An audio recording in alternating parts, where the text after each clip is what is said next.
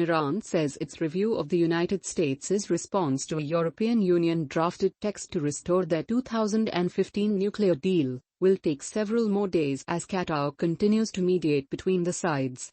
Reviewing the U.S. response at expert levels is ongoing and will take at least until the end of the week, Noor News, an outlet affiliated with the Supreme National Security Council of Iran, said in a tweet on Sunday. The working week in Iran ends on Friday, so a response appears unlikely before September 2. Iran had sent its response to the European text earlier this month, and Washington submitted its own feedback to the text on Wednesday, more than a week after the Iranian response.